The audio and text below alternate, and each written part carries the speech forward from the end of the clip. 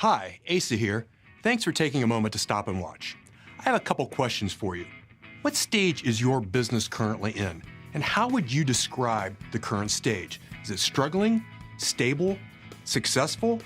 Understanding where your business is and then knowing what it will take to progress to the next stage is something most business owners take little time to consider. In fact, while working with dozens of business owners over the last 15 years, few, if any, really know what stage they are in. They relate better to how long they've been in business or how much revenue they've produced. Yet they all want what every other business owner wants: more income and more freedom.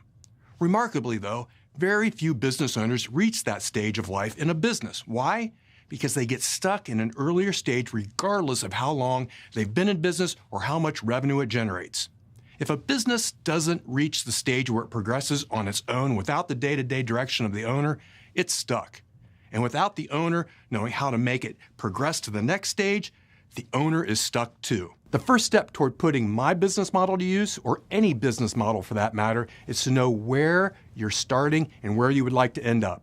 Only then will you be able to identify business strategies necessary to progress to the next stage. The model I'm going to share with you today, I call the ascending S's. It requires the ability to strategically climb while not being able to see the finish, and it's never a straight line. The model is based on this basic rule: a business will rise to the level of the owner's ability to prepare and adapt. Let's take a look at how this works.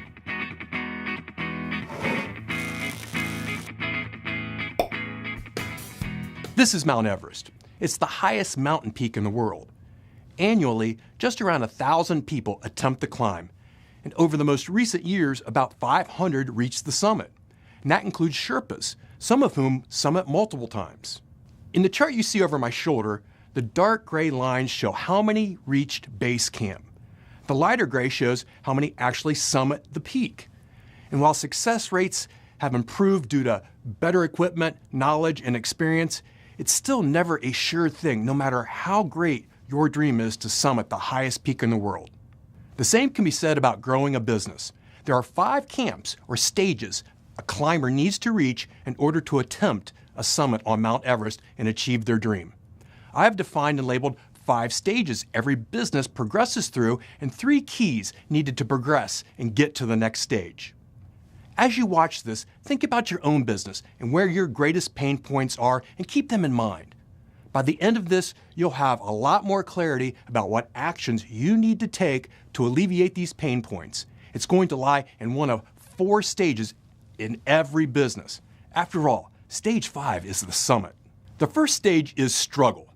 These are the early years when we are building a foundation for the business. The second is survival. This is when consistent production and income appears, but consistent cash flow is still challenging. Next is the third stage, stability. Now cash flow is better, but growth friction is causing plateaus where it's difficult to break through and multiply results. The fourth stage is success. This is where your business has progressed beyond your daily control. And finally, stage 5, the scale stage. This is where you've achieved a level of freedom that allows you to explore your options. Since I know all that came at you a bit quick, let's briefly dive a little deeper into each stage. While we do, I want you to be listening for where your pain point lies and what best describes your current situation. First is stage 1. I call this the struggle stage, where building a strong foundation is important. Here are some of the characteristics of a business that's in this stage. It's probably a business in its early years, 0 to 1+ years.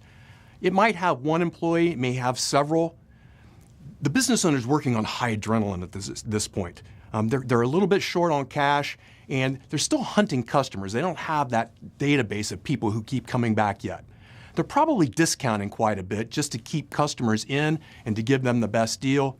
Low margins are the result of that discounting. And that also turns more into cash flow challenges. Not only that, there's probably some inadequate systems. You're working and hustling so much to get things done that it's not quite working like an oiled machine at this point. You probably don't have much of a plan unless you came into the business with one, but now it's sketchy because that plan probably isn't what you're going to be doing going forward. Now, there's also big time swings. You're going to have time when you're super busy and other times where you're not so busy. So our time swings are very, very big. But in all reality, we're still very optimistic and can't wait to move on to that next stage. So the 3 keys to moving to the next stage are this. First, we need to eliminate. We're going to try lots of things, find out what works, and then eliminate what doesn't. The second is attract. You gain a better understanding of who you're trying to attract and how best to reach them. And finally, on this one, deliver. You have mastered the ability to consistently deliver the business's products and services to meet customer demand. Next is stage 2, and I call this the survival stage, where building production is important. Here are some of the characteristics of a business in this stage. Like this first stage, it could be 0 to 1+ years, maybe longer, maybe shorter. You may still have 1 employee, or you may be growing quickly and need extra employees. But now the stakes are much higher. There's a whole lot more to lose. But here's the deal. We're still working in the business. Business owner is juggling just about everything, and they are the person in charge. Lead generation is still a bit inconsistent, and so is cash flow, a bit inconsistent. Margins are still a little too low, but we're working on making that better. We're starting to get some tracking in place so that we know what works and what doesn't, but we're still finding some holes in those systems, meaning that we're not as efficient as we could be. Now there's little time available, right? Before there was big swings of time, now we've got a business that's really starting to take a lot of our time, and that leads to some stress and uncertainty. So the 3 keys to moving to the next stage are this. First, it's going to be predictable. It's here where you take what's working and make it more predictable using systems and tracking. Next, we have efficient. You're now looking for ways to make more, to save more, and by tracking and managing everything. And finally, the third is managed. You have learned how to manage areas of your business you're best at and find other people to manage the rest. The next is stage 3. I call this the stability stage, where multiplication is important. Here are some of the characteristics of a business in this stage. Typically, a business at this stage has been in business at least 2 years, probably longer. They probably have more than 1 employee at this point. Still could be a single solo entrepreneur, but now we're adding employees to meet demand. At this point, the business leader may have a manager or a team leader who does some of the managing of people and of processes. But typically, this business owner is still wearing all of the hats. And guess what? It becomes overwhelming at times. So income has increased, which makes cash flow a bit better, but there's growth friction, meaning that now as we grow bigger, we're finding the areas that create friction within the business, not only on the production and efficiency side, but also on the personnel side. You've now established also a market presence, but chances are you're still lacking a plan to really escalate this business quickly. And there's very little time available. No time to really work on the business at this point because you're juggling still all of these other areas. And the risk here is getting stuck. Many businesses do get stuck at this stage 3 stability level. But here are the 3 keys to moving on to the next stage. Number 1, structure. Structure makes things more manageable. And when managed, it's easier to uncover those friction points in your business. Expand. When there's a structure that's well managed, it becomes possible to expand the business with some predictability. And accelerate. It also becomes possible to accelerate the growth of the business using strategies previously out of reach. It's in this stage where you're looking for more than just organic growth. You're seeking to multiply exponentially if possible. This is where many businesses become stuck. When you make it to stage 4, you are on your way to building a business that works without you. I call this the success stage where progression is important. Here are some of the characteristics of a business in this stage. Chances are you're now 3 to 5+ years and you have definitely more than 1 employee, maybe 10, 100, who knows? At this point, it's really dependent upon the size of the business. You probably have a leadership team. People who are also responsible for helping you run and manage the day-to-day, which means you're doing less of the day-to-day managing. You're doing more directing and more delegating versus day-to-day management. Income's good and cash flow are good. And we now have a marketing machine. We're generating leads consistently. We are designing efficiency, meaning that we now have systems in place that are continuing to improve as we uncover some of the friction. And we continue to work on perfecting those systems, because what we're going to do next is, how do we duplicate this model? If we have a model that works, let's see what we can do to duplicate it in other locations, in different businesses, and so on. Then again, you're planning for the future. What do you see in the long haul? Maybe you're seeking a lifestyle that pays you back. So here are the 3 keys to moving to the next stage. Number 1, systems. This is where you have documented business systems that work consistently. Now it's time to duplicate the business model. Authority. This is where your business is identified in the marketplace as a leader and authority in your business space. And then leverage. This is where you have learned to leverage all your resources, allowing you to step away from the day-to-day operations.